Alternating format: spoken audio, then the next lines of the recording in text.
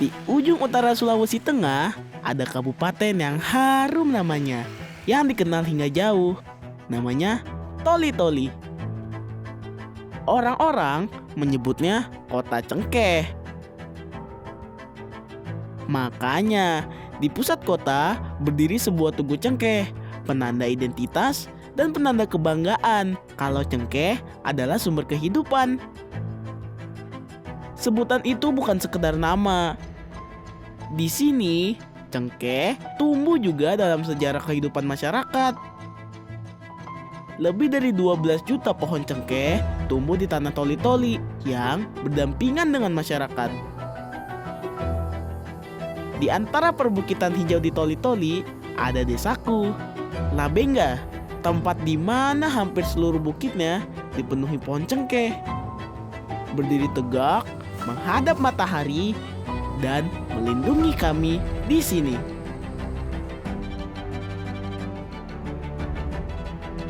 Di tanah ini, aku tumbuh, bermain, dan belajar tentang arti merawat, berharap, dan berjuang di antara rindangnya pohon cengkeh. Disinilah tempatku bercerita. Dari aroma cengkeh sampai cita-cita dan harapan anak-anak Labengga.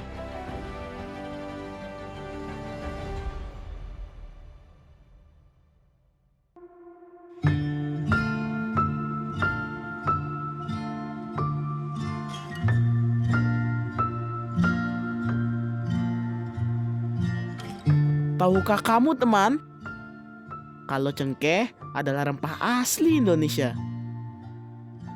Kekayaan alam yang menjadi kebanggaan bangsa.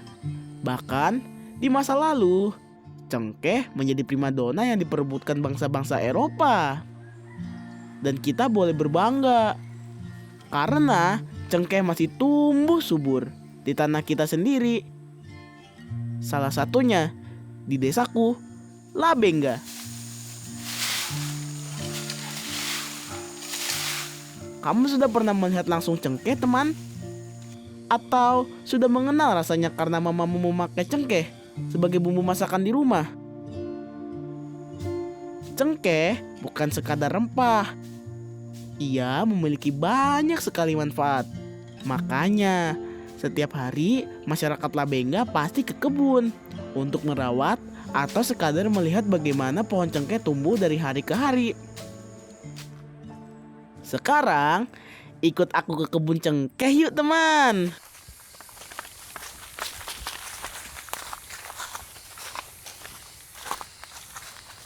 Oh ya Pep, ini cengkehnya kita ini banyak jenis ya, tapi yang di sini cuma ada 2. Nah ini satu Pep, sama ini jenisnya ini Zanzibar dan ini cengkeh biasa. Bedanya apa Om? Nah bedanya itu dari buah. Kalau cengkeh biasa itu agak kecil, beda lagi kalau Zanzibar. Zanzibar itu buahnya agak besar, cuman ada kekurangannya. Kalau cengkeh biasa itu bobotnya agak berat ketimbang Zanzibar. Wah, aku bangga sekali dengan Labengga. Setiap jenisnya tumbuh subur di tanah kami. Ini kan tanaman dari pemberian orang tua kita, warisan. Itu yang perlu kita jaga sampai kita bisa menghasilkan sampai sekarang. Biar kamu juga bisa sekolah, nanti besar kamu akan lanjutkan nanti. Oke Pep, kita lanjut dulu bersihin. Ayo.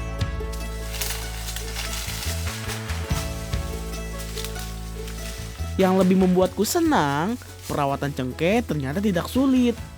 Cukup dirawat dengan sabar, dibersihkan secara rutin, dan dijaga dari hama. Oh ya Pep, kita ke lanjut pohon yang satu yuk. Om jelasin semua. Nah, ini kalau untuk cengkeh yang paling bagus dipetik ini, ya kan? Dia cuma 1, 2. Ini bobotnya akan agak berat kalau dijemur. Kalau yang muda itu Pep, ambil. Ternyata dari satu pohon cengkeh bukan hanya buahnya saja yang bisa dimanfaatkan. Hampir seluruh bagiannya memiliki manfaat. Bahkan daun-daun cengkeh bisa diolah hingga memiliki nilai ekonomis. Manfaatnya pun sangat banyak, mulai dari membantu meredakan sakit gigi, menjaga kesehatan pencernaan, hingga menjadi bahan dalam produk kosmetik. Luar biasa kan? Satu pohon cengkeh bisa memberi manfaat untuk banyak orang. Sekarang ikut aku yuk. Kita akan melihat lebih dekat bagaimana daun cengkeh disuling hingga menjadi sesuatu yang berguna.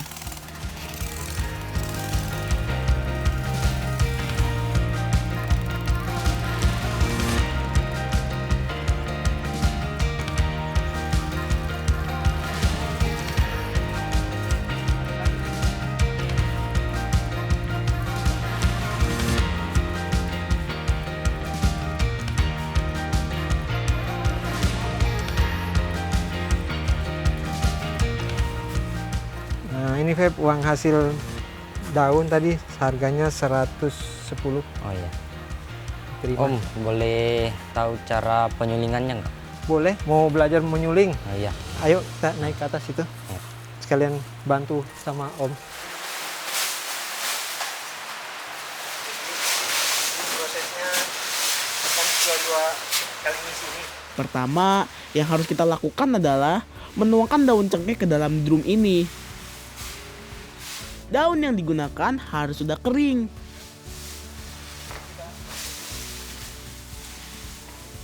Drum ini bisa menampung sampai 1 ton daun cengkeh kering loh teman. Di bagian bawah drum terdapat air yang sudah dipanaskan hingga mendidih.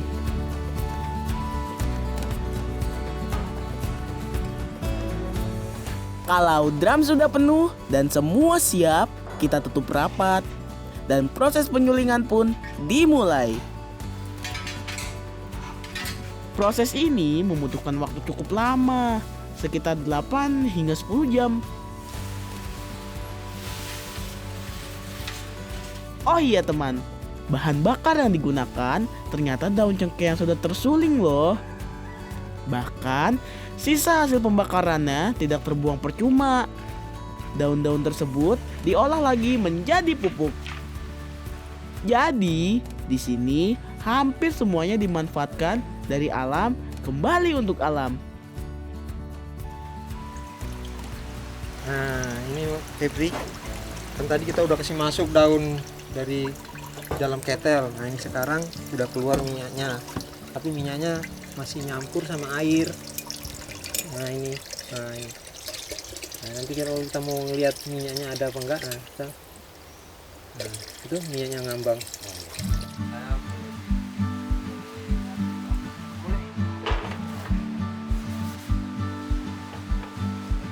Selanjutnya, campuran air dan minyak cengkeh akan disaring. Penyaringannya menggunakan kain monel dan dilakukan secara manual. Aku mau coba menyaring nih teman. Proses ini membutuhkan ketelitian agar minyak cengkeh dapat terpisah dengan baik. Dari 1 ton daun cengkeh kering yang dimasukkan ke dalam drum, minyak yang dihasilkan bisa mencapai sekitar 17 hingga 20 kg. Hasil ini tergantung dari kualitas daunnya. Nah, ini Feb, karena sudah disaring, Om punya minyak yang sudah diproduksi, sudah dikemas, bisa untuk sakit gigi, pegel-pegel, micit, digigit serangga, gatal-gatal. Ini karena Febri sudah bantu sama Om, ini Om kasih hadiah sama Febri. Yang kasih Om. Iya, sama-sama. Terima kasih ya Om untuk minyak cengkehnya dan juga sudah mengizinkan aku belajar dan melihat langsung proses penyulingan daun cengkeh. Semoga bisa menjadi pengingat betapa besarnya manfaat alam desaku.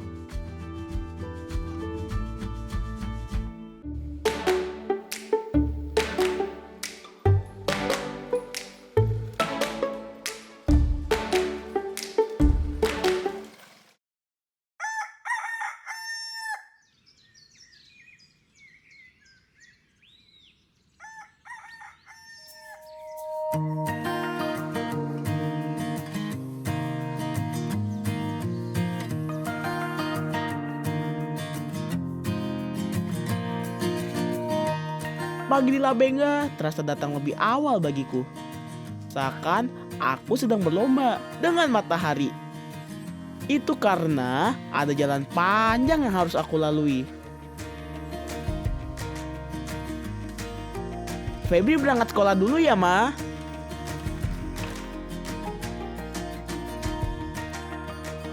Jalan ini yang membawaku dari rumah menuju sekolah.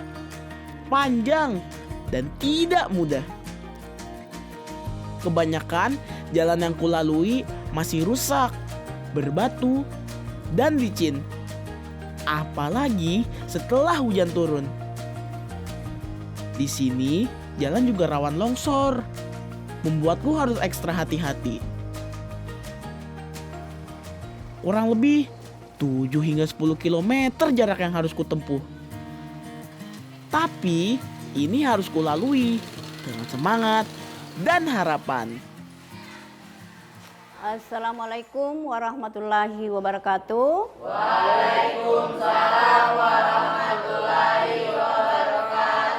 Apa kabar anak-anak? Sekarang aku duduk di kelas 2 SMP. Di sekolah ini hanya aku dan Askia yang setiap hari berangkat dari desa Labengga. Untuk Askia dan Febrianto, hati-hati di jalan karena kalian dalam perjalanan jauh sering terjadi longsor di jalan. Jadi tetap semangat sekolahnya dan hati-hati. Aku tahu aku harus tetap semangat sekolah. Karena dari sinilah aku belajar dan menyiapkan diri agar nanti bisa menjadi lebih berguna untuk desaku, Labengga. Tidak sedikit teman-temanku di Labengga yang tidak bisa melanjutkan sekolah. Bukan karena tidak mau belajar, tapi karena di desa kami belum ada sekolah hingga jenjang SMP dan seterusnya.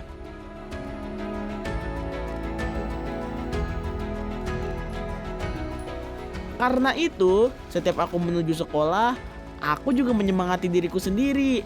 Semoga semangatku tidak pernah padam hingga aku menggapai cita-citaku.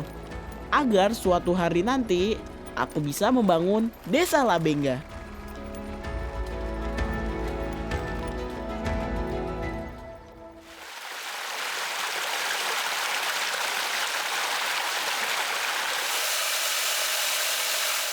Labengga terletak di antara perbukitan yang masih sangat asri.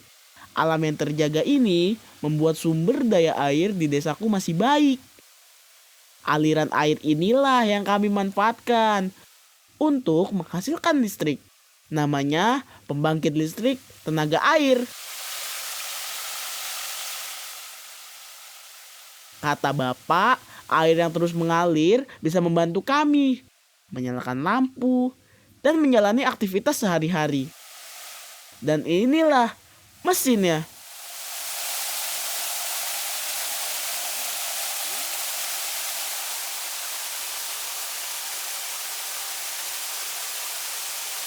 Tolong perhatikan kincir karena ini salah satu yang mengaliri ke rumah kita. Tolong perhatikan kotoran di di tampungan. Dengan oli harus diganti, dengan juga lahar harus diperhatikan apakah sudah kalah atau belum. Dengan pambel harus dikontrol juga. Siap, Pak.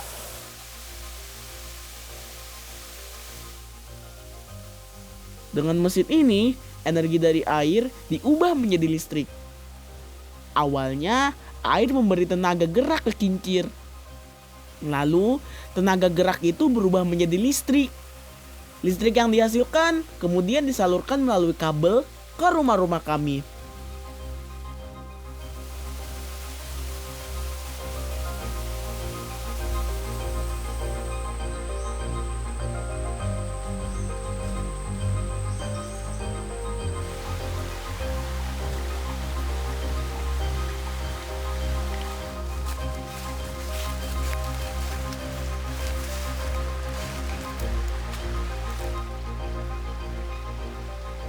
Febri, Sebanyak sampah harus dibersihkan.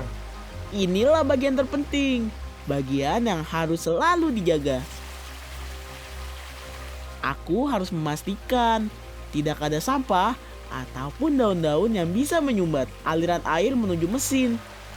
Karena jika air terhambat, listrik tidak bisa menyala.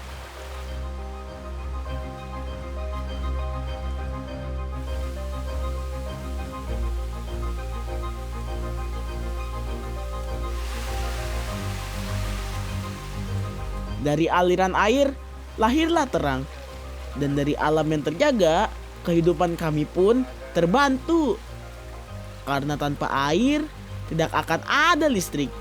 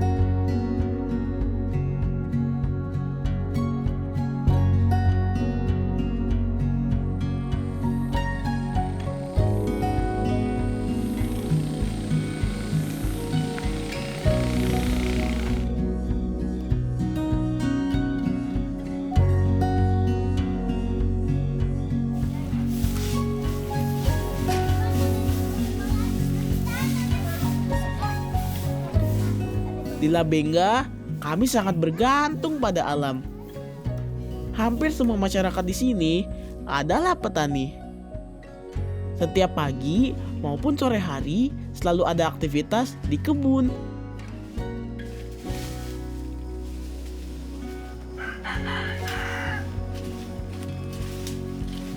Tidak hanya cengkeh, desaku juga menghasilkan gula aren, coklat, dan durian.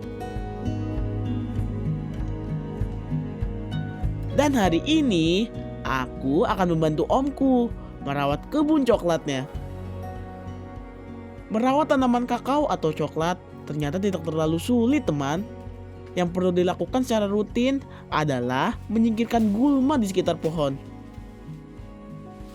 Selain itu, cabang-cabang yang tidak produktif perlu dipangkas. Pohon juga harus diberi pupuk agar tumbuh lebih kuat, mempercepat pertumbuhan, dan membuat hasil panen jadi lebih baik. Ayo Feb, Om ajari kamu caranya okulasi pohon alpukat. Biar cepat besar dan berbuah. Ayo. Sebelumnya, kita harus memangkas batangan nih teman. Gini cara, ini kan sudah besar ini. Alpukat lokal ini kita sambung samping dia dengan entris yang sudah dari pohon yang sudah berbuah. Nah, itu. Nah, coba kau lihat itu, bagus toh. Tidak ada melengket kulitnya, baru kita potong begini. Kasih saluran air di sini. Ini entris yang kita ambil tadi dari pohon yang sudah berhasil, baru pasang begini. Iya, harus bersih, steril pisaunya biar tidak kena infeksi dia. Apa bedanya pohon yang tidak diokulasi dengan yang diokulasi? Beda sekali, karena ini kan dari biji. Kita mesti nunggu sekitar 4-5 tahun baru berbuah. Kalau disambung samping begini, okulasi begini, dia bisa 5 bulan sampai 1 tahun sudah keluar bunga. Jadi masa panennya cepat. Tujuan lainnya dari okulasi nih teman, agar tanaman baru punya kelebihan ganda, akarnya kuat, dan buahnya lebih baik. Dengan okulasi, tanaman bisa tumbuh lebih sehat dan lebih produktif. Ini kan sudah selesai. Sekarang kita istirahat. Pas-pas ada buah durian sudah masak. Kita istirahat sambil makan durian. Ayo.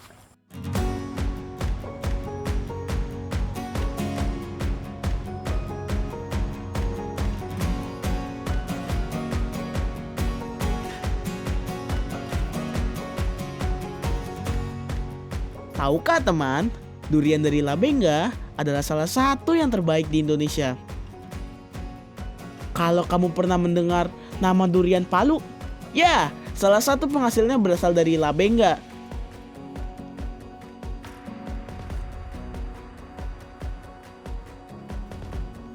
Rasanya enak sekali teman, manis dengan sedikit rasa pahit yang pas. Dagingnya tebal, bijinya kecil, pokoknya enak banget deh. Kalau kamu suka durian tidak?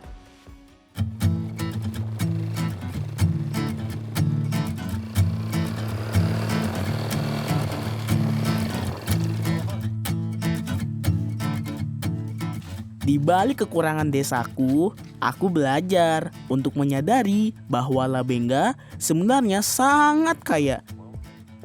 Kaya akan hasil alam.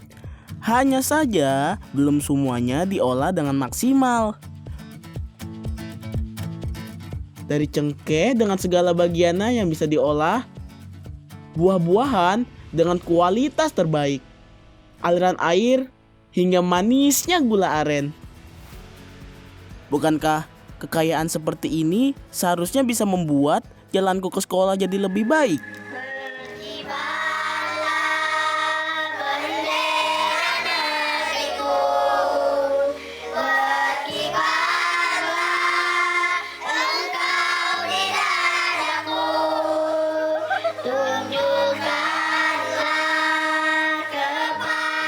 Dengan segala cerita yang tumbuh dari tanah Labenga, bukan hanya tentang cengkeh yang harum, tapi tentang kehidupan dan harapan yang tak pernah padam.